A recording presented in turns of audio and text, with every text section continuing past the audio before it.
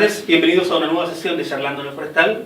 En esta oportunidad, Carlos Reyes conversará con el destacado autor, guionista Luis López Aliaga a propósito de su libro Mundo Salvaje. Vamos a empezar de conversar sobre la literatura en general con él. Los dejo.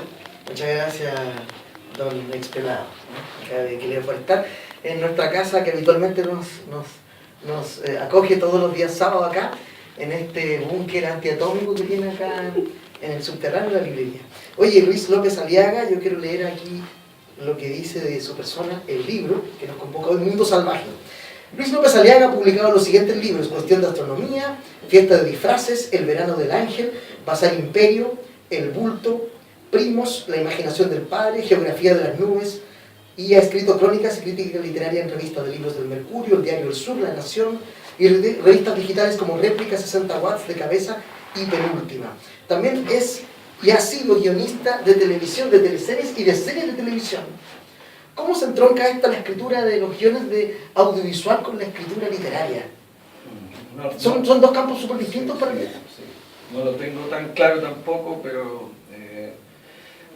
no veo tantas líneas de comunicación entre un oficio y otro. Son muy distintos, ¿no?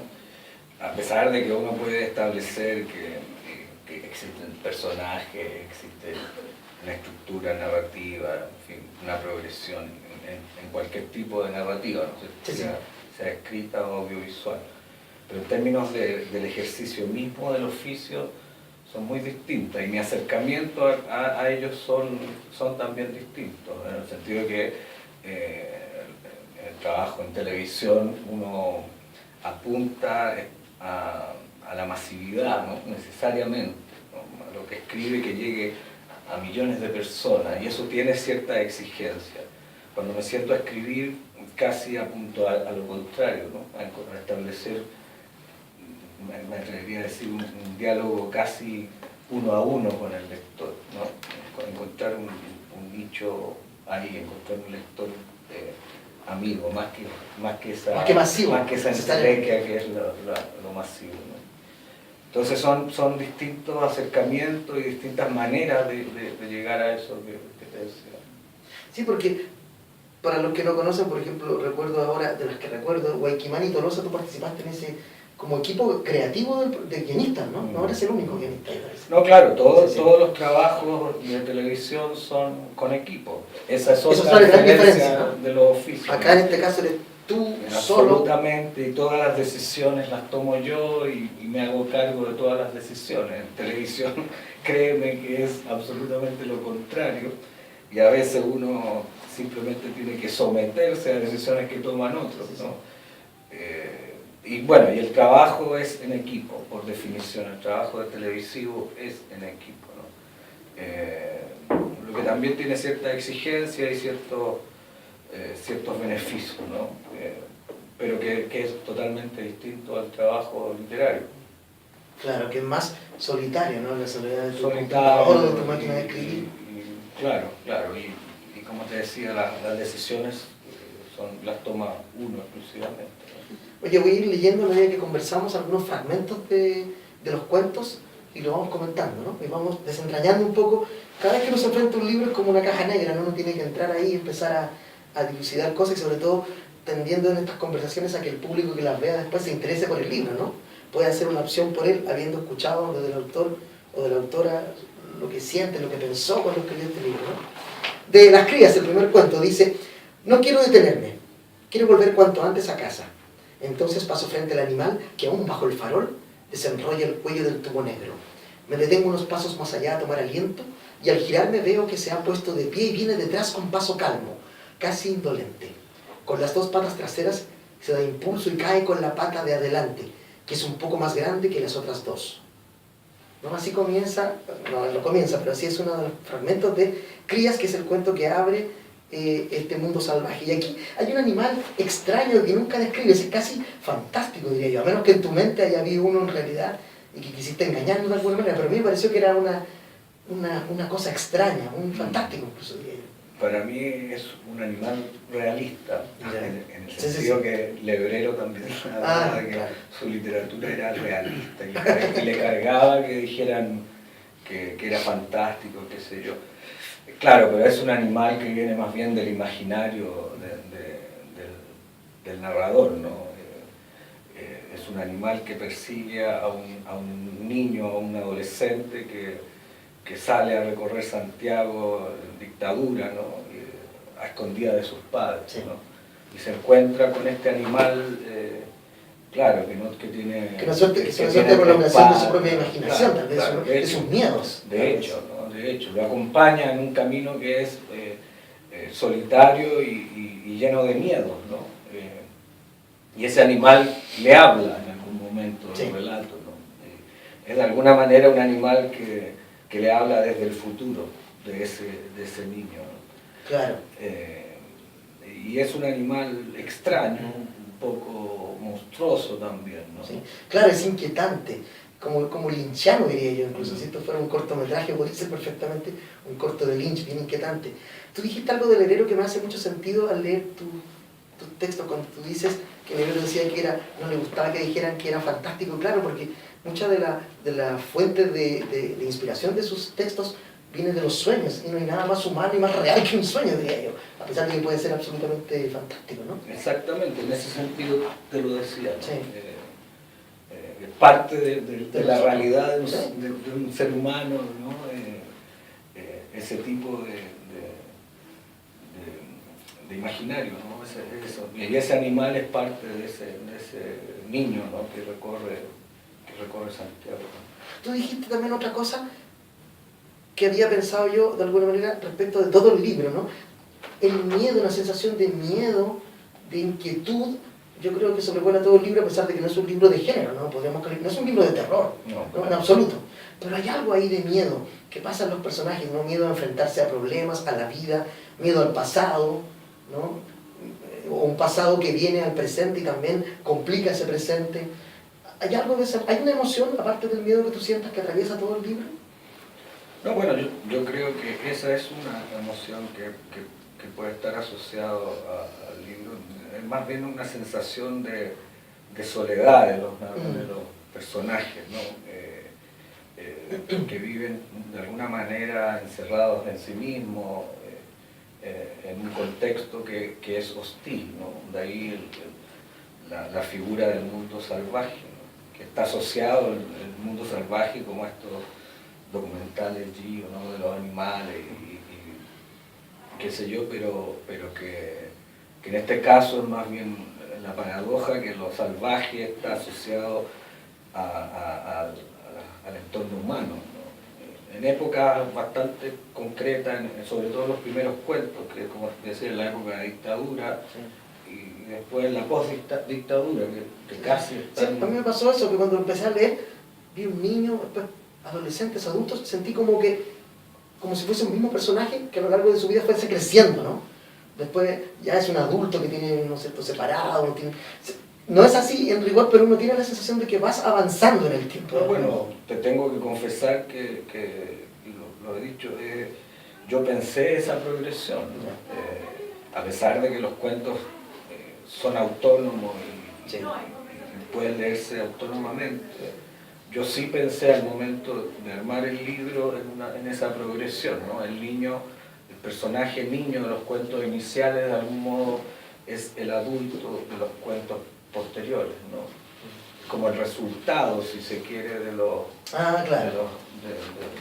la vida de ese niño. En términos de la sociedad que habitan también, ¿no? Una sociedad dictatorial, luego una sociedad post-dictatorial, pero que tampoco es la mejor de todas las posibles de ser habitada, ¿no? Marcado por esa historia, digamos, Sí. el personaje que, claro, ahora no es el mismo personaje, No, ¿cierto? claro. Pero de alguna manera hay eso. Claro. Cuando también el nombre del libro lo vi la primera vez, recordé, hay una canción de David Bowie, de uno de sus grandes discos, es Scary Monsters, que habla de el salvaje mundo juvenil, dice una de las canciones. Y habla justamente de que lo más salvaje, como lo mismo que tú apuntas, no es ese mundo salvaje supuestamente animal, sino que nosotros, los humanos, ¿no? Entonces habla de que los jóvenes, ese salvaje mundo juvenil, ¿no? En contraposición a él, un hombre adulto ya que se siente parte de un solo grupo que es el mismo, ¿no? Y eso nos lleva a que este mundo salvaje, estos animales, que a veces en algunos son fantásticos como el primero, en otros son reales, En unos son más evidentes que en otros uno está esperando ver ese animal que aparece en una palabra, en una frase. Son más bien a veces adjetivaciones del personaje o a veces simplemente un espejo, ¿no? Pero que no es la centralidad del cuento, que la gente esperaría mejor que... Claro, hay cuentos donde existe un animal que tiene cierto protagonismo en el cuento y otros, como tú dices, es simplemente referencial, claro, no me interesó hacer como un bestiario del libro, pero siempre existe ese animal, ¿no? Sea un murciélago, sea un monito del monte, sea un perro bulldog francés, en fin, sea una araña. Claro, hay algunos en donde yo siento que la idea del animal respecto al personaje es más evidente. No voy a decir cuál es esa evidencia, pero sí voy a nombrar los cuentos tal vez. Murciélagos me pareció a mí más transparente, Galápagos también, y El bicho, ¿no? Que es uno de los últimos, que parece también un poco oscuro, pero de alguna manera también hay una cierta transparencia en ese animal, que ahí es un animal de otro tipo, digamos. ¿Por qué la elección de esto de... ¿Tenían los cuentos antes de tener esta idea de que fueran todos con presencia animal o algunos después los adecuaste a este concepto que tenías? No, en algún momento me di cuenta que habían varios cuentos que tenía escritos ya que iban o que tenían esta dimensión de un animal que los atravesaba, ¿no? Y posteriormente a eso escribí otros cuentos, ¿no? Donde jugué con esa idea, ¿no?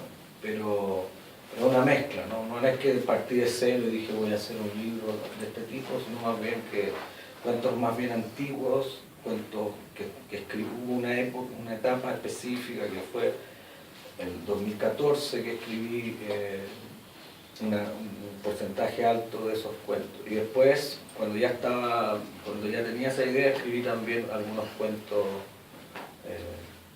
con esa idea, ¿no? Entonces es una mezcla de esas tres cosas.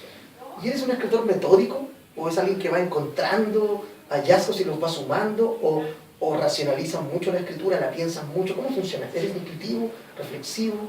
Sí, más bien diría que soy intuitivo, no pienso mucho en términos de... Más bien me dejo llevar por algún impulso, no le llamaría inspiración, ¿no? Pero alguna emoción fuerte que me convoca a sentarme a escribir, que por cierto, posteriormente a eso requiere de cierto grado de disciplina para concretarlo, ¿no? Pero en términos del impulso inicial me dejo llevar por la intuición o por esa emoción que me llama, ¿no? No planifico demasiado en ningún sentido en el terreno literario, ¿no? ¿Qué voy a escribir? ¿Cuál es mi próximo libro? ¿Qué me conviene hacer? ¿En dónde me sitúo? En fin, ese tipo de cosas no se me da mucho y más bien me atrae la libertad de poder escribir lo que se me da la gana de escribir. Hablaste de un cuento del 2014, entonces eso significa que tienes muchos textos guardados y vas corrigiendo mucho. Ese cuento que escribiste en el 2014 que se publicó tal vez acá, ¿dista mucho una versión de la otra? No, sí, corrijo mucho, y gozo ese proceso de corrección, casi más que el proceso de escritura mismo, ¿no? Lo considero parte de la escritura, no lo considero como algo ajeno, sí. O sea, en el cuento y esto, es parte del proceso de escritura de algo y es una parte que me atrae particularmente, el detalle, el corregir una palabra, sacar otra, y en eso me puedo pasar mucho tiempo, como en general tampoco me apura mucho publicar, entonces generalmente me tomo mucho tiempo. Ahora sé que me podría tomar una vida escribiendo un cuento, entonces también trato de en algún momento entregarlo, ¿no? Y dejarlo. Acotar ese tiempo de creación. Ahora todos sabemos que al final se entrega el último día antes de irse a la imprenta, ¿no? Siempre corriges hasta el final. Sí. Y suelo ser un poco pesadilla para los editores. Ya lo saben si alguna vez quieren editarlo. Por eso no quieren. Sigamos leyendo aquí, El año del chancho, dice: Entonces escuchó que Flavia preguntaba si haría el espiritismo esa noche, que Enzo ya la había puesto al tanto y a ella le encantaría vivir alguna de esas experiencias con los muertitos. Quería saber sobre su futuro, dijo. A Pablo le parecía ridículo no solo la posibilidad de establecer contacto con los muertos, sino también que les atribuyeran la capacidad de la adivinación, como si se volvieran más sabios por el solo hecho de estar muertos. Podría llamar a alguien importante, propuso Flavia, a Nino Bravo, a Hitler, a Salvador Allende. Enzo le explicó que no era tan sencillo, que esos no llegaban cuando se les llamaba, que solo aparecían algunos muertos sin importancia, casi todos de la zona, campesinos anónimos, almas sin descanso, que buscaban comunicarse de algún modo. No, esta idea era muy graciosa, esa idea, ¿no?, de que los muertos célebres tampoco eran fáciles de que apareciesen, incluso después de la muerte. Oye, este personaje de Flavia aparece un par de veces, y ahí leyendo por ahí yo descubrí que tú dices, claro, que acá incluso hay un López Aliaga. Hay nuevamente esa mezcla que tanto gusta el lector también como el escritor o escritora, de mezclar parte de la vida con ficción, ¿no? Entonces, dejar ese camino, ¿no es cierto?, ambiguo de, pero esto le habrá pasado a López Aliaga o esto lo inventó completamente él. Eso también es parte de la escritura de este libro, ¿no? Sí, claro, y es parte de eso que te decía de mi no programación al momento de escribir, en el sentido de que no hay un programa respecto a eso, sino más bien lo que me surge escribir. Y la verdad es que ese terreno de ficción y autobiografía, si se quiere, ¿no?, esa mezcla, Sí. Se me da naturalmente, ¿no? Y no le pongo reparos a eso, ¿no? O sea, no le pongo trabas a eso. Escribo lo que me sale de eso y efectivamente, y llega un punto, para ser sincero, es que casi siempre me pasa en que ya no sé exactamente lo que ocurrió o no. Que se habitual en los recuerdos. Y no me interesa, claro, me dejo llevar. Nunca cuando escribo esos textos más de autoficción, si se quiere, me documento, ¿no? No voy a corroborar fuentes. Claro, no le pregunto a un tío, a una tía, no llamo a mi viejo, no veo en Google, ¿no? Lo escribo como recuerdo, como me sale y como sirve al relato, ¿no? Eso también es una clave, o sea, me interesan esas cosas, que el relato tenga lo que tiene que tener un relato, ¿no? Progresión, que atrape, que interese, ¿no? Que tenga una atmósfera, en fin, y en función de eso no tengo escrúpulos en desvirtuar los hechos reales. Claro, a partir de eso que dice uno podría afirmar entonces que los recuerdos de cada uno de las personas del mundo, ¿no?, es parte de su propia autoficción también, ¿no? Capaz que uno reescribe su propio recuerdo, por tanto todos somos autores de esas memorias personales, ¿no? Creo que sí. Bueno, eso es la autoficción, ¿no? Claro. Es jugar con esos recuerdos. Y para mí todo el material que tengo al alcance es dable de convertirse en un texto, ¿no? Con eso digo mis lecturas, pero también mi vida, las series de televisión que veo, con todo eso finalmente me siento a escribir, ¿no? No hago muchas distinciones entre una cosa y otra. Claro, y ahí va deslizándose entonces elementos que uno, idealmente, es bueno que sea así, que uno no sabe si fueron reales o no.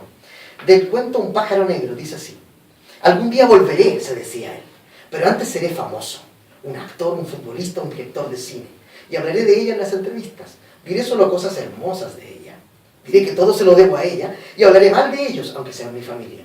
Y entonces volveré, pensaba él para matar el tiempo. Quizás lea algunos párrafos de las cartas que le escribía, quizás me aplaudan, quizás entre el público estará ella, o quizás ella esta vez sí lo estará esperando en la estación más fea del mundo. Algo así se imaginaba él que ocurriría en el futuro, mientras la esperaba a ella y ella no llegaba. Hay una cosa que me gustó harto de tus cuentos, y es que tú dejas que el lector y la lectora completen algunas cosas, ¿no? No está todo ahí claro, ni está todo regalado, ni está todo explicitado.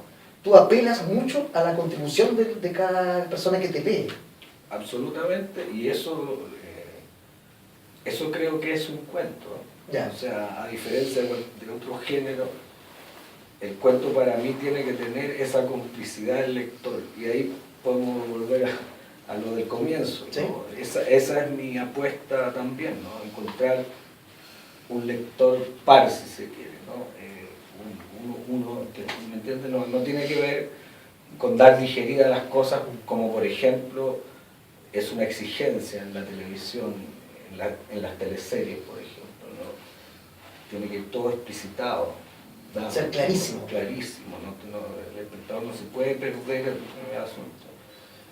A mí me interesa, en el cuento particularmente, y son los cuentos que me gusta leer, ¿no? Que exista ese terreno que tú dices de que el lector tenga que completar, ¿no? Que tenga que ser cómplice el autor, ¿no? Esos para mí son siempre los mejores cuentos que he leído, entonces me interesa escribir también de esa manera, ¿no? Siempre hay un terreno, una frontera, digamos, complicada, ¿no? Entre sugerir y sugerir algo, ¿no? Y dejar o que no se entienda nada. Claro. O sea, Dejar tan sugerido que sea críptico para el lector. ¿Te has encontrado con lectores o lectoras que se acercan y te empiezan a comentar cosas sobre tus cuentos? ¿Te pasa eso o no pasa mucho? Bueno, sí, me ha pasado, y a veces de manera terrorífica. Yo recuerdo que cuando publiqué mi primer libro, que se llama Cuestión de Astronomía, fui a una feria del libro en Temuco.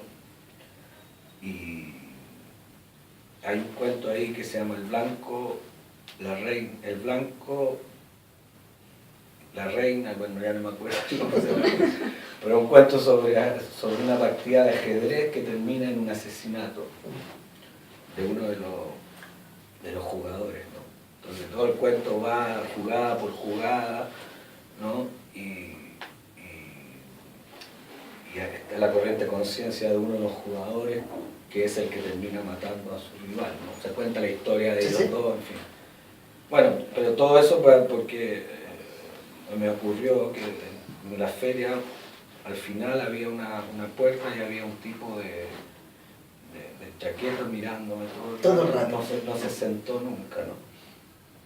Inevitable mirarlo, estaba como el fondo, ¿no? Entonces terminó el asunto, se acercó a alguna gente, me habló, firmé algunos libros y el tipo seguía ahí, ¿no? Y después ya pasó, y después íbamos caminando y se acercó, íbamos ya de salida, ¿no? Se acercó y me dice, quería hablar contigo, cuéntame, ¿por qué contaste mi historia? Mira. ¿Cuál historia? Yo pensé que era una broma, ¿no? ¿Cuál historia? Y ahí me dijo, la historia del blanco. A mí me mataron. El blanco, el rey, la reina. Ahí ya me empecé a preocupar, que hacía otro cuento. Entonces ahí empecé a caminar más rápido. ¿Y nunca supiste más del tipo? No quise averiguarlo. Bueno, la literatura a veces escribe la realidad también, ¿no? Puede ser. Me develaste. Yo pensé que ibas a salir con un oporto. Claro, yo pensé que la idea era otra, que el tipo decía, no, esa jugada que pusiste era incorrecta, porque tampoco faltan esos colegas nerds de alguna especialidad que tú escribes, osas escribir algo de su campo y dicen, no, eso no es así. Pero ahí yo fui riguroso. Ahí no me hubieran podido pillar porque efectivamente era la reproducción de una parte. Bueno, nunca sabremos, ahí tal vez estaba tu próxima gran novela y de la tarde en que un tipo se me acercó y dijo, ¿por qué contaste mi historia? La perdí. La perdiste, pero salvé la vida. Pero tal vez salvaste tu vida, sí. La voz de los pájaros, dice así, de pronto sobreviene el silencio, una calma en medio del aire viciado. Luego el helicóptero que se escucha lejos, apenas un traqueteo inofensivo. Pero qué rápido se convierte en una presencia que amenaza y que por alguna razón extraña acrecienta mi tos. Las flemas que caen sobre un pastelón desquebrajado, el abandono, manchas azules y rojas pegadas a los párpados cerrados, y Toño Román me golpea en el hombro y me pasa el limón deforme como un ají cacho de cabra. El helicóptero ya está sobre nuestras cabezas tronando. El limón logra por un instante reponerme y siento el orgullo infantil de la sobrevivencia. De resistir junto a Toño Román, que ya tendría la fórmula para sacarnos ilesos de ese corredor formado entre un edificio y otro. Y lo que Toño Román hace es sacar del bolsillo interior de su barco una honda y agacharse para recoger una piedra. Apunta luego el helicóptero para lanzarla. Una, dos, sin decir nada, en un gesto aislado del ruido, del aire denso, de los árboles y de las plantas. Una rodilla en el piso, una mano hacia el cielo y la otra que estira el elástico hacia el pecho. 3 veces, 4, y yo a su lado recupero el aire e intuyo que, en cualquier momento, una de esas piedras nos caerá de vuelta en la cabeza. ¿Por qué contaste mi historia? Bueno, aquí esta es una historia, una muy buena, que a mí me gustó mucho, La voz de los pájaros, que retrata la historia de estos muchachos jóvenes, primero en la Universidad de Santiago, y luego su adultez, ¿no? y quizás la descomposición de ese cuerpo social, ese tejido, digamos, rebelde, si se quiere llamar también al mismo tiempo, ¿no? Hay una mirada ahí un poco desencantada. Sí, o sea, claro, una mirada respecto a la inocencia de esa época, digamos, de la época en que fuimos universitarios y luchamos contra la dictadura creyendo efectivamente que podíamos derrocarla, ¿no? Sí. Y Toño Román, ese personaje, es un personaje real, ¿no? Con los hermanos Vergara de Toledo, que también mencionas. Un dirigente estudiantil de esa época, de la Juventud Rebelde. Y bueno, esa historia es así. Una triste historia, por cierto. Por cierto, bueno, claro, y me tocó, bueno, todo está contado desde la perspectiva de un narrador que es más joven que Toño Román, y que Toño Román era una figura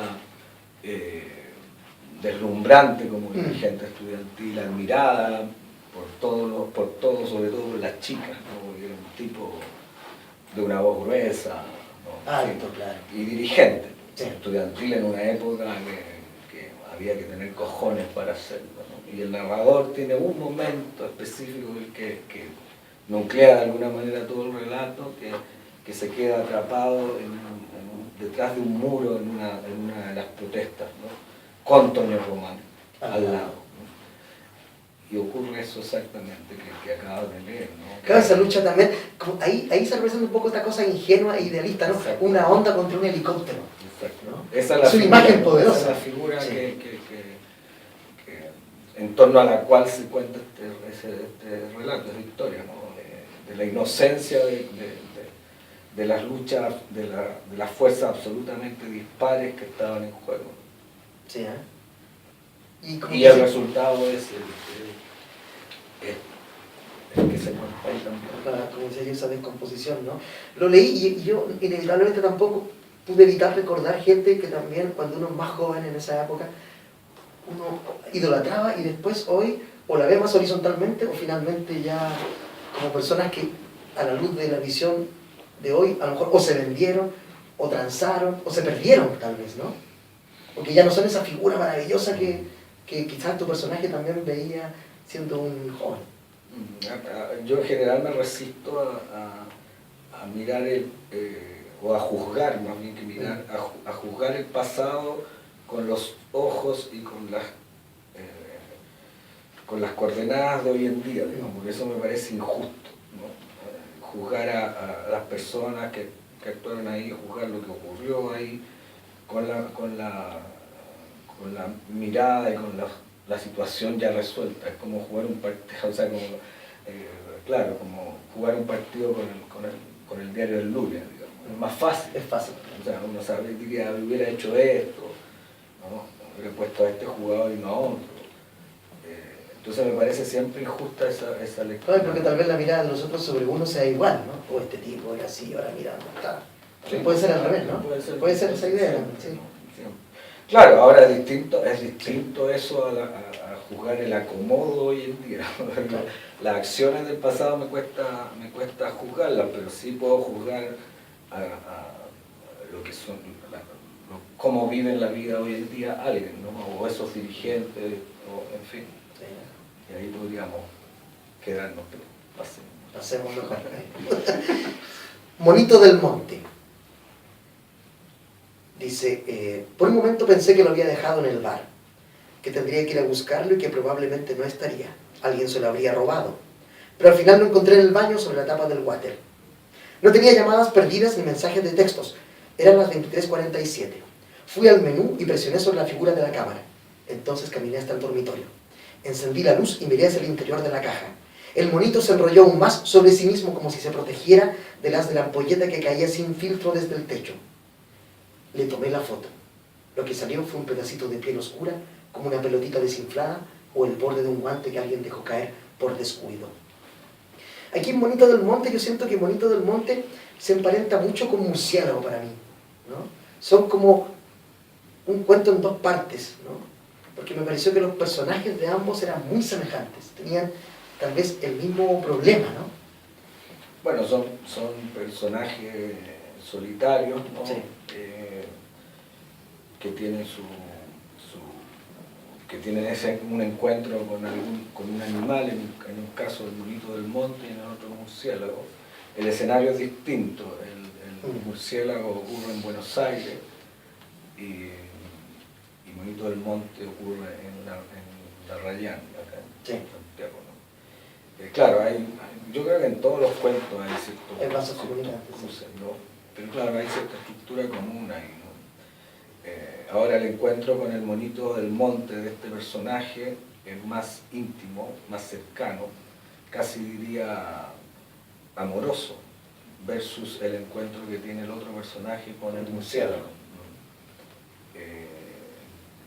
Ahí también hay una diferencia, ¿no? Sí. Porque este encuentro de este cuento, el monito del monte, es un encuentro inesperado con este animal que está en extinción en Chile, claro, y que es un animal propiamente chileno, ¿no? Y este personaje solitario se encuentra en su casa, en la tina de su baño, se encuentra con un ejemplar de esta especie en extinción, ¿no? Hay algo ahí que los emparenta. Emparenta justamente a ambos, sí. Qué bueno eso. Ahora, yo recordé también cuando lo leí esas amenazas que resultan a la vida cotidiana, la aparición de ciertos animales, justamente en sectores de Santiago que están más cerca de los cerros, que es habitual, ¿no? Pumas hemos visto, y una serie que parecen desestabilizar todo lo que pensamos, lo que sentimos, ¿no? La presencia animal parece ser tan impactante, tan fuerte, que la gente siente peligrar hasta sus vidas, ¿no? Y los personajes de tu cuento reaccionan a esos animales también de maneras distintas. Sí, claro. Pero no, en general no son una amenaza, sí. ¿no? Son como una compañía, casi.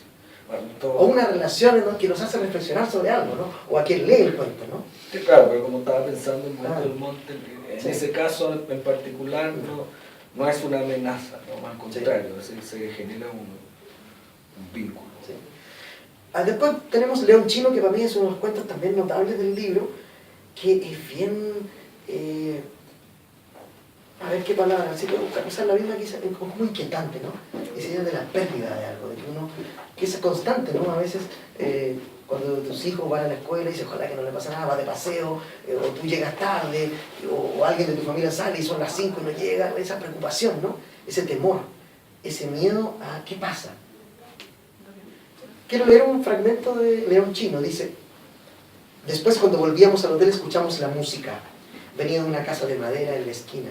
Avanzamos tomados de la mano en un juego de improvisar pasos de carnaval, sacudiéndonos destemplados al ritmo de los tambores y platillos que se repetían con insistencia. Era una casa verde agua de ventanas altas protegidas por rejas de metal. El ritmo disminuía o aceleraba marcado por una especie de gong, más grave que el resto de las percusiones.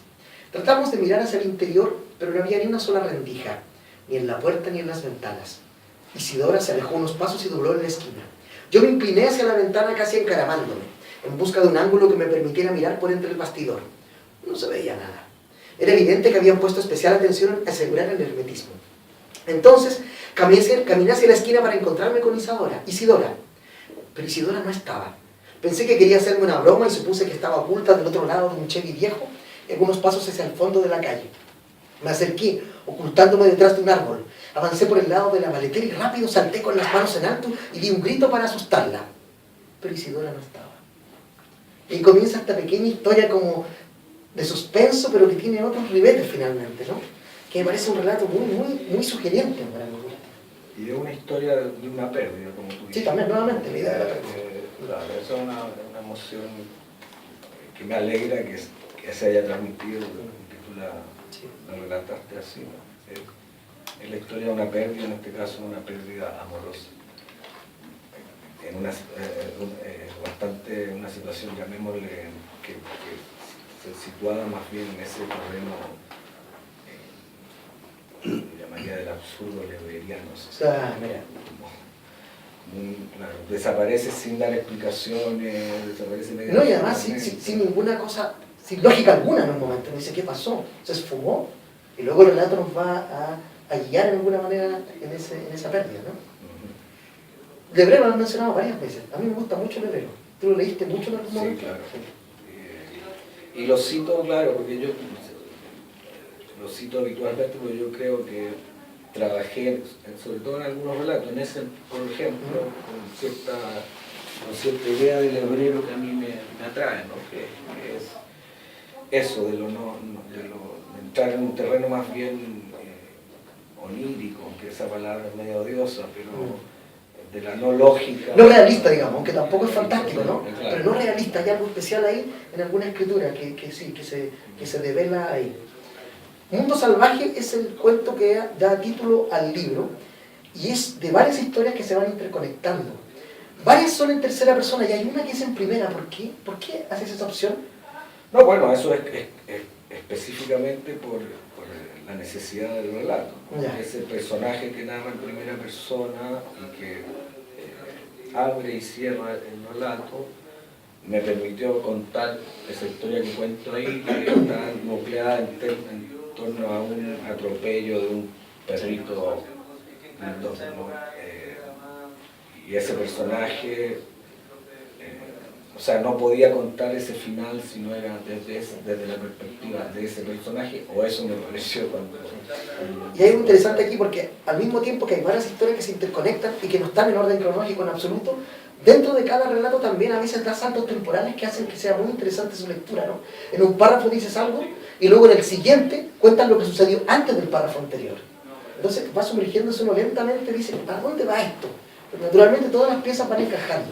Cuando lo escribes así en desorden y luego, o lo escribes en orden y luego vas alterando qué momentos pueden ser dables de ser cambiados de lugar en la cronología. Claro, este cuento lo escribí sabiendo lo que quería contar y cómo lo quería contar. Ahora, obviamente en el proceso de corrección uno va armando los fragmentos, ¿no? De manera que la historia, siendo fragmentaria, avance con una dinámica y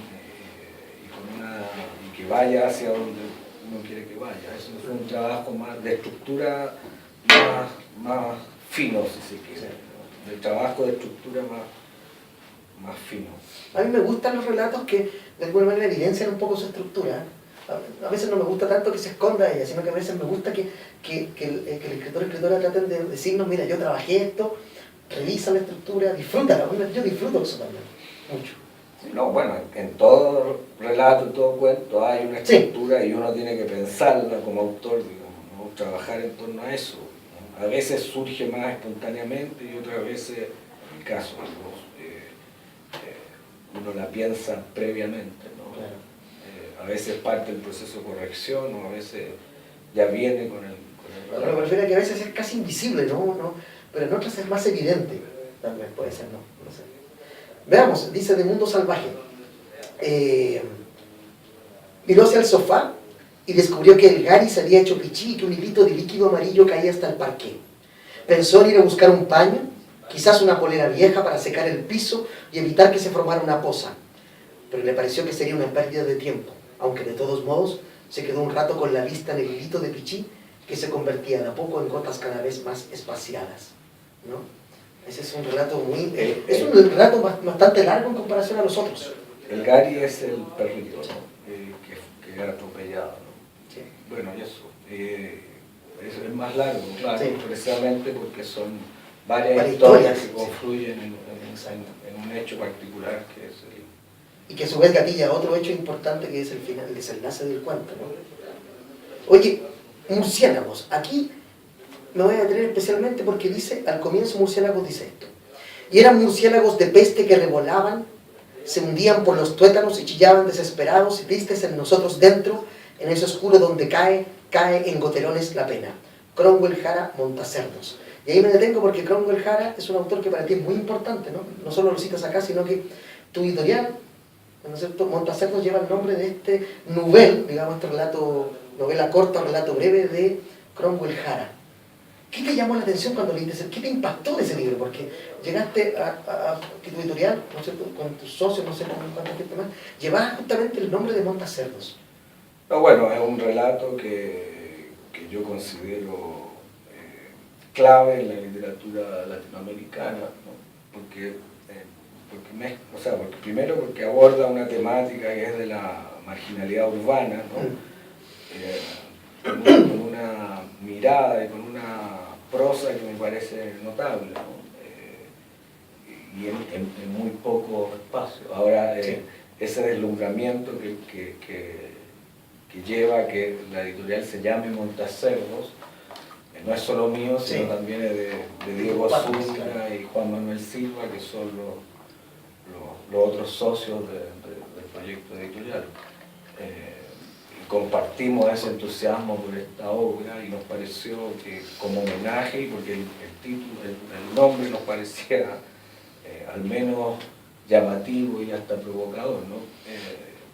De ahí llegamos a ponerle el título, ¿no? Yo después, sí, después de que ya le habíamos puesto el título, después que ya habíamos publicado varios libros, ¿no? En la editorial, después conocí a Kromenjara en Lima, ¿no? Él ya estaba al tanto de que nos llamábamos Montacerdos, ¿no? Nosotros no le habíamos comunicado, ¿no? Entonces, en algún momento temí que salía me cualquier podía contacto molestar, o qué sé yo, pero... O exigir dinero. Pero claro, eso es lo Exigir que el más me royalty. preocupaba, ¿no? Pero finalmente se lo tomó muy a bien, por suerte. Qué bueno. Oye, si en un momento alguien quiere hacer una pregunta, por favor, siéntese con la libertad. Ahí nosotros acomodamos la conversación a las preguntas que ustedes tengan o algún comentario sin ningún problema a medida que hablamos, ¿no? Ustedes pueden interrumpir y comentar. De Murciélagos, voy a leer un pequeño fragmento.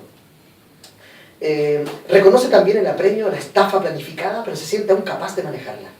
Escucha los zapatos que bajan la escalera de metal, apenas acolchada como una goma, y ve cómo aparecen las plataformas de corcho, las cintitas azules que suben en zigzag por las pantorrillas flacas y brillosas, la falda negra, el peto blanco, las tetas. Sin mirarlos, Karina traspasa las láminas negras y baja al lugar donde proviene la música. ¿A qué te dedicas?, le pregunta Alicia y acentúa en el final. Pero él no responde. La mira en un segundo, las cejas negras, dos pedazos de wincha aisladora rectos uno más arriba que el otro, y luego gira la vista hacia donde ahora Belén arma con su cuerpo una espiral que le permite bajar sin golpearse, experta, y llegar hasta ellos con dos vasos llenos de un líquido naranjo. ¿A qué te dedicas?, insiste Alicia, y él ahora responde, ya molesto. A nada, dice, no me dedico a nada, y es posible que sus palabras se confundan con el choque de los vasos que Belén coloca sobre la mesa de vidrio. Aquí hay otro relato que haces también de alguien que se pierde también en la ciudad de alguna manera, que nos remite al primer relato de este muchacho, adolescente, también a esta cosa cotidiana, o no cotidiana, pero súper realista, pero con un toque también medio, como decimos, esa palabra un poco, no tan agradable, pero onírico, que hace que una situación que puede ser súper común se convierta también en una cosa medio angustiante para el lector. ¿Ustedes son argentinos? No, yo soy chileno. Son chilenos, ¿sí? No, porque Eso pasa en Argentina. Eso pasa en Argentina y es cuenta la historia de una estafa que allá, no sé si todavía, pero que tuvo mucha repercusión y fue muy conocida, que era la de los tarjeteros, ¿no? A un tipo iba paseando solo, que es el caso de este personaje, otra vez paseando, como tú dices, Sí. solo por una ciudad, en este caso Buenos Aires, y alguien se acerca a entregarle una tarjeta de un nightclub y lo empieza a convencer de que vaya al nightclub y que tiene derecho a un trago gratis, ¿no? Sí. Y el tipo en este caso se deja llevar sin demasiado interés por el hecho, más bien por no ser descortés con la persona que lo está llevando, ¿no? Y bueno, y ocurre y lo lleva y era una estafa, o sea, una estafa reiterada, ¿no? Entraba, te ponían un trago, según me han contado, no es que me haya pasado a mí, se sentaban las chicas alrededor tuyo y tú ni siquiera pedías el trago, ¿no? Te lo ponían ahí y después era te mucho cobraban, claro, $100, bueno, por un trago, y tú apelabas a la tarjeta y te decían qué tarjeta, y en fin. Y lo convierte también en una historia súper inquietante, eso, ¿no? Además que ese descenso por una escalera semejante a esta, tal vez a un lugar donde hay una música, estas mujeres, ¿no es cierto? Y por eso yo leí este texto que dice al principio, reconoce también el apremio, la estafa planificada, pero se siente aún capaz de manejarla. Evidentemente es incapaz de manejarla finalmente, ¿no? Oye, Galápagos. No salgo de mi casa desde que se declaró la pandemia, es lo más seguro. La mayor parte del tiempo leo en el computador sentado sobre la alfombra. Leo de preferencia el blog de PT. Sus historias tienen el encanto de lo opulento. Temo por PT, en todo caso, y lloro y rezo en las noches por él. Quisiera advertirle, decirle que ya es tarde, que haga deporte, que rece sin pedir nada, que solo escuche su propio murmullo herido y lo sienta extinguirse poco a poco hasta que se haga silencio. Pero no tengo cómo advertirle. He cerrado mi cuenta de Facebook y de Twitter y dejé de revisar mis correos al punto que ya olvidé todas mis claves. Aquí hay otro personaje, ¿no es cierto?, enquistado en sí mismo, encerrado y rodeado de una pandemia, de algo que no queda muy claro nunca, pero que uno entiende que gravita sobre él, ¿no?, sobre este personaje que alimenta su... Y la ciudad en ese caso es el DF. El DF en México, sí. ¿No? Y ahí, a los que saben de tortugas, van a encontrar el nombre de un alimento muy popular de tortugas, ¿no? Que está ahí, como también tiene algo que ver en el relato. Esto es muy... Uno podría calificar esto a lo mejor como de casi apocalíptico, pero está basado en hechos que sucedieron, ¿no? Efectivamente, esa peste, o sea, esa pandemia de ¿cómo se llama? La gripe aviar, claro, que asoló México, y que los diarios chilenos daban cuenta de ella como caían, recuerdo el lunes haber titulado caen como moscas, decía, asustando por supuesto más de lo que debiera a Chile, ¿no?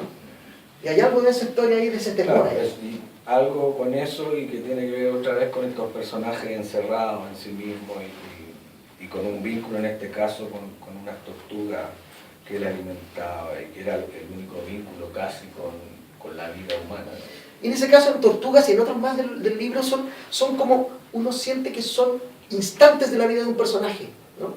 No pretende contar la totalidad, pero uno intuye que hay más todavía detrás, que esta es como la punta de un iceberg mayor, ¿no? Que yo creo que es lo que hace un buen cuento también, ¿no? Sí, claro. Plantea un pequeño universo que es parte de uno mayor y uno se pasa, como decíamos en Chile, más rollos al respecto, ¿no? Porque la historia no se acaba ahí cuando se cierra la última página del cuento. La famosa teoría del iceberg de Hemingway, ¿no? Lo que muestra el cuento es como el iceberg, una pequeña dimensión, pero para abajo tiene que el cuento, el buen cuento tiene que tener una base que una solidez mayor, claro. Y que claro, y que uno cuando lee el cuento lee eso, pero tiene que sentir que viene de otros fondos. Claro, y eso se entronca con la idea de ese lector o lectora atento que hablamos nosotros, que es como la obra abierta, ¿no es cierto?, que está ahí, pero es más de lo que uno lee. Esa es la idea, ¿no? Es la parte que tiene que ver el lector, ¿no? Exacto. Cómplice. Que completa. Como también como casi como un autor, un coautor de esa obra. Así es. Breve estudio de las arañas. Dice Batista se preocupó, le preguntó qué le pasaba, pero ella no decía nada. Le tomó la mano y aunque venían del agua caliente estaba fría. Él siguió con la mirada en la dirección de los ojos de ella, muy abiertos siempre, y allí a sus pies vio la araña. Al aparecer el bicho también se había paralizado por el miedo. El pasto brillaba mojado por la llovizna y devolvía la luz de un farol que a pocos pasos brotaba del piso. Entre los pies descalzos de ella y la cerámica que antecedía a la puerta de vidrio, esa mancha que era café oscuro, con los pelos parados y las patas como centellas negras aferrándose al piso. Una vez más aquí, la presencia de un ser, de un bicho, como dices tú acá, afecta a, en este caso, una pareja, nuevamente, ¿no? Y además una pareja que vemos que también está en un conflicto, que está como decimos también en Chile, a medio morir, saltando, ¿ya? Una cosa extraña ahí, ¿no? Como que la irrupción de estos bichos no hace sino exacerbar una emoción que ellos ya tienen, una sensación. Claro, y en el otro cuento que aparece Flavia, sí. Flavia aparece convocando al espiritismo. Exacto, en el primer y cuento. En este caso es una fantasma. Sí. No hay problema en develar nada, sí. Porque es la relación entre una muerta y un vivo, ¿no? Claro. Sí, porque, bueno, ya que me autorizas, entonces veamos como la última frase del libro, del cuento ese que dice, pero persistía, los gemidos de Flavia los escuchaba cada vez más cerca, tan cerca que en un momento le pareció que salían de él. Era él el que gemía, solo en esa pieza, sin dejar en ningún momento de sorber. Y ahí queda un poco clara esta idea. Y además esa idea de sorber, que es como, bueno, a lo mejor ahí estoy excediendo, que es la forma en que las arañas se alimentan, ¿no? Sorben. ¿No es cierto? Pero es bien explícito, sí, en un punto Flavia le dice, estoy muerta. ¿No? Sí. Ahora, puede leerse claro, está cansado. Claro. Pero es interesante, bueno, tú mismo develaste el secreto de su cuento, pero es interesante para la gente que lo quiera leer, ¿no? Y estamos llegando ya al último cuento, que a mí es uno de los, me gustó muchísimo este cuento, El bicho, ¿no? El bicho. Y Dino Campana, ¿no? Aparece ahí. Aquí también hay un viaje, y además un viaje a Italia también, este es otro viaje, otro país, otra visión, ¿no? Una vez fui escritor, le confesó el poeta Dino Campana a su psiquiatra Carlo Pariani, pero tuve que dejarlo porque tenía la mente debilitada. Campana estaba entonces internado en el manicomio de Castelpulci, en la Toscana, y había publicado Los Cantos Órficos, su único libro, un libro único, ¿no? Y aquí hablas, ¿no es cierto?, de este personaje, de este escritor que viaja, ¿no es cierto?, que también tiene una intríngulis propia, y lo entroncas con esta idea del poeta Dino Campana, este gran poeta italiano, y también con un personaje de la familia de este escritor, una anciana ya también atormentada por la locura. Y hablas de una película que yo conozco también, esa escena que tú hablas de cuando escriben, el tipo dibuja, Dino Campana, en el psiquiátrico, cuando va su hermano a verlo, su casa en el piso, ¿no es cierto?, en este piso, la tierra, ¿no? Y que permíteme leer esto antes de que hablemos, dice, y ahí está, en la última secuencia de la película, Campana, ya viejo, es visitado por su hermano Manlio. Dino lo lleva hasta un terreno pedregoso colindante con el edificio del hospital psiquiátrico. Ahí en el piso Dino ha dibujado con sus manos la distribución en tamaño real de lo que fue su casa de infancia. Ahí está la pieza donde dormía la abuela, acá el comedor donde el padre y la madre discutían por su culpa, allá junto a la ventana la cama donde su madre lo dio a luz. Manlio, con una expresión desconsolada, le pregunta, ¿de qué sirve? ¿De qué sirve todo eso? Me sirve, le responde Dino, me sirve, ¿no? Es interesante este cuento, es muy... Aquí también me imagino que está también la autoficción, libros que leíste, autores que te gustan, películas que viste. Claro, no, y ahí hay una referencia concreta que es a mi abuela, ¿no? Sí. Mi abuela italiana, que yo la conocí cuando ya estaba loca. Y el cruce con Dino Campana es precisamente, y está relatado ahí desde que el narrador entró a ver una película, sí, donde era Dino Campana, que es un poeta que se volvió loco, ¿no? Sí. Y es ese viaje un poco en búsqueda el viaje inútil de la búsqueda de las raíces, ¿no? Que nadie sabe dónde están, ¿no? Ese viaje inútil se convierte en un viaje de descubrimiento de este poeta, ¿no? De Dino Campana, que no es un poeta demasiado conocido, pero que en Italia, sobre todo su leyenda, ¿no? El poeta maldito, el poeta maldito, que además tuvo una relación amorosa con Sibila Aleramo, que es una novelista, o fue una novelista top, ¿no? Entonces que vendió muchos ejemplares, y tuvo una relación amorosa con este poeta desconocido, ninguneado, desconocido, maldito, ¿no? Sí, y aquí me parece un tema notable en este cuento, aquí explicitas un poco otro de los temas. Dice así, las formas de contar una historia son muchas, y en mi familia se eligió siempre la sordina, retazos a media voz, a escondidas, para decir algo que nos avergonzaba, pero que debía decirse de algún modo. Mi abuela Elena siempre estuvo enferma mental, y los padres de ella le entregaron el cacho a Roncagliolo, mi abuelo, en un acuerdo que implicó, sin ninguna sutileza, el intercambio monetario, ¿no? Esta idea de ocultar, ¿no? Del ocultamiento, de no revelar. Claro, entenderá además que mi familia no está muy contenta con la publicación de ese relato, ¿no? Sí. Pero claro, es eso, ¿no? Tema tópico también, un tópico que es el ocultamiento en las familias de ciertas verdades vergonzantes, ¿no? Sí. Toda familia tiene un secreto, eso, siempre. Bueno, y ahí lo revelé o intenté indagar en ese secreto, porque también otra vez, obviamente, los hechos reales no existen, digamos, ¿no? Y mi familia tiene versiones contradictorias respecto a lo mismo, entonces por eso también les molesta, porque dicen, no fue así, no es como tú lo dices, ¿no? Pero yo lo escuché, o yo creí escucharlo, o a mí me lo dijeron, no sé quién, pero lo supe. Es habitual eso que tú dices, ¿ah? Sí, así se construye la historia, ¿no? Así se construye la historia, ¿no? También, además. Y bueno, eso. Claro, y ese cuento pone en entredicho todo eso, y además se habla del bicho, y el bicho, en un momento, no lo marqué desafortunadamente, pero el personaje alude al bicho, a un bicho que él lleva dentro, probablemente al mismo bicho que tenía este poeta, ese bicho como una cierta desazón, ¿no? Una cierta desazón digamos, y humano, ¿no? el bicho de la locura, lo pienso, ¿no? Como eso que te puede estar, que te remueve en la cabeza y que te da vuelta y que te puede tomar hasta el punto Sí. de volverte loco, ¿no? Claro. Ese bicho que imagino sentía Dino Campana y sentía mi abuela y a veces siento yo también. Sí, ese temor a ese bicho, a la aparición de ese bicho, el surgimiento de eso. Y creo que eso se logra bastante acá. Y además el personaje del escritor, que es una suerte, por supuesto, evidentemente correlato de tu persona, también en un momento habla de la literatura chilena, ¿no? Y dice algunas cosas ahí que tampoco marqué, pero también es como...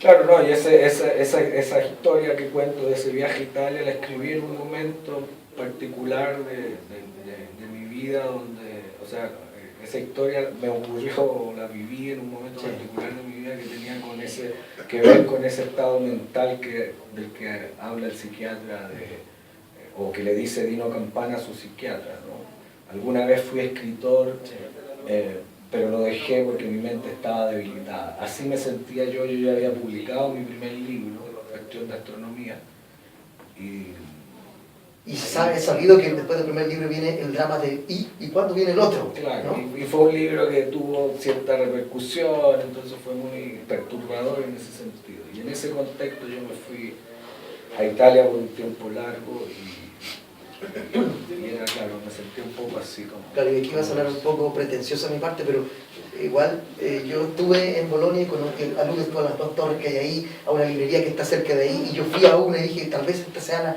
librería disfrazada de la que el personaje habla, entonces me sentí un poco conectado con ese relato, de manera bien así como pretenciosa si se quiere, ¿no? Pero qué bonito, ¿no? Y bueno, yo también Temuco visité, yo no soy de Temuco, pero viajé muchas veces a Temuco, entonces también uno siente conexión, ¿no? Siente cuando aludes también a lugares de Santiago, etc. Entonces yo siento que es un libro muy interesante, muy sugerente, que apela un poco, como decía yo, a la inteligencia, a la imaginación de sus lectores y lectoras, ¿no? Van a encontrar aquí un camino, un lugar en donde la participación de ustedes, como yo he insistido a lo largo de esta conversación, es muy importante, ¿no? El libro no deja todas las respuestas contestadas, deja muchas preguntas, deja inquietudes, ¿no? Y muchos de los cuentos son bien provocativos en ese sentido, aunque no haya ni mucha violencia, no hay esos recursos habituales de shock, pero sí produce, ¿no es cierto?, en el lector algunas reacciones que yo creo que son las que tú esperabas provocar, me imagino. Sí, sobre todo provocar una conexión de complicidad, ¿no? De encontrar ese lector que pueda completar eso que no está dicho, ¿no? En el fondo poner cierta sensibilidad en juego que pueda ser compartida por otro. Es como mi punto, ¿no? Un otro que me basta que sea uno, ¿no? No importa que sean Pocos. o muchos, ¿no? Pero que sea en serio. Obviamente se requiere, otra vez tiene que ver con mi gusto por la lectura, se requiere cierto compromiso, no me interesa los textos que no exijan ese compromiso al momento de leer, y por lo tanto también apelo a ese compromiso cuando escribo algo. Eso, simplemente eso. ¿Algo más antes de concluir? ¿Quieres Nada decir algo más. más? ¿Ah? No sé si alguien quiere decir algo, tiene un comentario o una pregunta, la última tal vez de esta conversación, ¿no? ¿Sí? Cuando te presenté, dije que eras uno de los mejores escritores. Inmediatamente alguien me dijo, eres el mejor. O sea, estás ahí. Fue mi amigo Simón. No vale. Pero es para presentar la pregunta. Dice que Simón Soto, otro gran escritor. Otro gran escritor Sí. y del mismo tema, porque mi pregunta va para allá. Todos decimos y pensamos que tú eres uno de los grandes, o el más grande, de los escritores de cuentos chilenos. Hay en este momento como una oleada de autores de cuentos que no había en mucho rato en la literatura chilena, algunos muy jóvenes. ¿Lo has notado? ¿Has sentido que se está dando como un empuje y le has notado algún tipo de calidad? ¿O crees que es como una cosa muy snob? No, yo creo que tiene que ver con otro fenómeno asociado al hecho, ¿no? Que es el surgimiento de editoriales independientes que permite ampliar el campo de ofertas literarias y que por lo tanto le da espacio a un género que en general lo debe saber, es más bien relegado a un segundo Sí, mira, plano respecto a la novela, por ejemplo. Entonces, por lo tanto, ha aflorado mucho autor de cuentos, ¿no? Y buenos autores de cuentos, por cierto, acá está mi amigo Simón. A Simón, que Que ya él sí lo vamos que a es- fichar, lo vamos él a sí que fichar es el para una mejor. conversación pronto, Ah, Simón, buenísimo. con sus 2 libros ya, ¿no? Yo creo que tiene que ver con eso, ¿no? Porque Claro, porque se ha detrás de- ampliado porque detrás de esas editoriales hay gente que miraba ese tipo de literatura como más arriba de lo que lo miraban las grandes. Sí, claro, o sea, son apuestas de menor dimensión, ¿no? Entonces el riesgo se corre más fácilmente. Publicar un libro de cuentos siempre es un riesgo, ¿no? Sí. Y las editoriales independientes están dispuestas a correr ese riesgo. Nosotros en Montacerdo, nuestros, diría, 7 primeros libros son de cuentos, de autores latinoamericanos, argentinos, bolivianos, peruanos, chilenos también, ¿no? Entonces, claro, eso es como lo que quedaba, ¿no? Publicar cuentos y curiosamente ha tenido muy buena recepción. Sí, eso me llama, yo siempre lo hemos comentado quizás con otros entrevistados o entrevistadas acá, que siempre se ha dicho que primero la gente lee poco, primero, y luego que la gente no lee cuentos, pero se publican libros de cuentos, entonces es paradojal eso, ¿no? Es raro, muy raro. Yo recuerdo que yo lo primero que leí de niño fueron cuentos, primero Cortázar, un gran Claro. escritor de cuentos, ¿no? Borges, que solo escribió cuentos. Entonces me parece un poco, no sé si antojadiza, si hay cifras reales que puedan probar que la gente lee menos cuentos que novelas. Venden menos. Yo Pues- creo que hay cifras, ¿no? Pero bueno, es un poco lo que hablábamos. Yo me siento más cercano a esta altura al cuento, como lector y como autor, ¿no? Siempre ha sido así un poco, pese a que he escrito novelas, en fin. Pero para mí, en términos de narrativa, es el género por excelencia, Sí. por esta exigencia que demanda, ¿no? En un cuento no puede sobrar nada ni faltar nada. En una novela uno puede pegarse esos patinazos, ¿no? Claro, puede haber unas páginas que dicen si no leo esto no afecta. El cuento la obra necesita esa completitud, ¿no? Y que también tiene que ver con esa otra que ya le hemos dado harta vuelta, ¿no? Esa complicidad del lector. Oye, bueno, no sé si alguien más quiere agregar algo, ¿no? Yo quiero agradecer a Luis López Aliaga que haya estado con nosotros hoy día con este cuento, libro de cuentos, ya lo saben, Mundo Salvaje, que está disponible en todas las librerías de Chile. Pero en los especial acá. especialmente acá, y les invito a leerlo. ¿Eso? Démosle un fuerte aplauso a Luis. Gracias a todos por estar aquí y Simón Soto, recuerda, tenemos una conversación contigo pronto.